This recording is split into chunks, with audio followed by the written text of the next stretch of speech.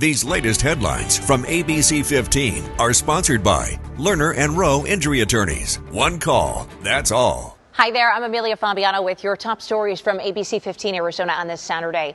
New developments this morning in the murder of this teenager in Gilbert. The victim's family now hiring a private investigator in their pursuit of justice. Rachel Hansen was shot to death back in 2022 near Santan Village Parkway in Ray. Still no arrests have been made. We get more now from our Marissa Sarback. We are still working to get answers in Rachel's case and find justice for her. No leads, no motive, no witnesses, and no answers. That's what Kim Hansen says she's been dealing with more than 2 years since her 19-year-old daughter Rachel was shot and killed in her Gilbert apartment. Police say the teen was able to make a 911 call, saying an unknown person shot her. Rachel later died. Even today, I talked to somebody that lives right in Gilbert, less than 2 miles from where this tragedy happened, and they had not heard about the case.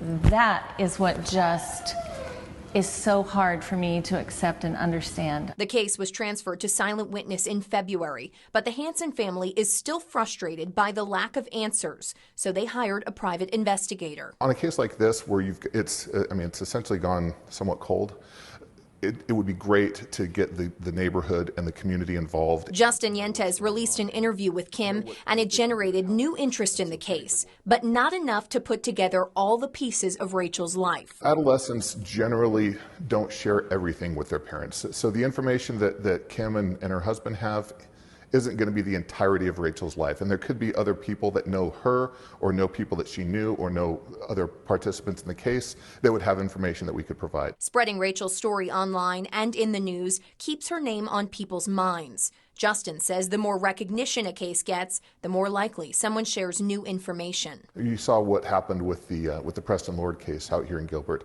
where the entire community came together. There was orange ribbons lining the streets, and we want that same thing for Rachel. Kim says strangers are now stepping in, and it means the world to her. Some groups are starting to tie white ribbons around trees in honor of Rachel, white for her innocence, and I'm so grateful for that. I respect that so much, and I'm just hoping and praying that other people, other groups can get involved and help. Marissa Sarback, ABC15 Arizona.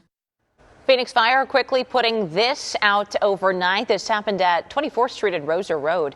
Phoenix Fire sending us these photos showing the aftermath. Officials saying crews arrived on scene to find smoke coming from inside that small commercial building. Firefighters working quickly to knock down the flames and preventing the fire from going to another building. Fire telling ABC15 also no one was hurt. Investigators, though, now trying to figure out what started it. A man is dead this morning after being hit and killed by a freight train last night. This happened in Sun City near 107th Avenue and Grand. This is an aerial view of that scene. The Maricopa County Sheriff's Office says the man died on scene. Not clear what exactly he was doing on the tracks. Detectives, though, are investigating.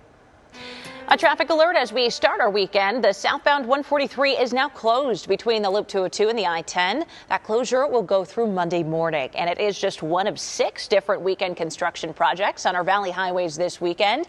So to find a complete list of closures on our website, go to abc15.com/traffic. Uplifting Arizona by delivering wardrobes and confidence, one bus and school at a time. The Assistance League of Phoenix and its Delivering Dreams bus enriching thousands of lives by making sure costs don't keep kids from looking and feeling their best at school. Since 2012, the organization and its bus have provided more than 14,000 new wardrobes every year. By providing these children with a wardrobe package filled with clothing, shoes, hygiene items, it provides families really a break, an opportunity to put the scarce resources to other things. The group works with hundreds of schools across the valley.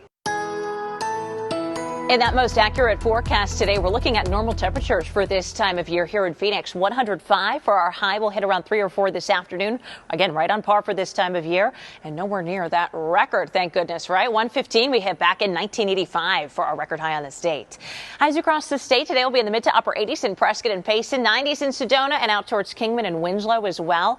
Low 80s towards Heber, Sholo and Window Rock, and 104 out west at Lake Havasu City today. Overnight, we're dropping down into the 60s 60s in Prescott, Payson, and Sedona. Kingman, too. 50s and 60s mostly in the high country and north of the rim. 70s out west along the Colorado River. Our 7-day shows Phoenix really mostly staying dry over the course of the next 7 days. We'll stay near normal for our highs this weekend. By Monday, we'll heat it up a little bit to 108, but that's the highest we'll go, it looks like, over the course of the next 7 days. The smallest of chances for a stray storm or shower on Wednesday, and overnight lows dropping down into the mid-80s. As always, for the latest headlines, weather, and traffic, head to our website, ABC15.com, or download that free ABC15 mobile app. Have a great day. These latest headlines from ABC15 are sponsored by Lerner and Rowe Injury Attorneys. One call, that's all.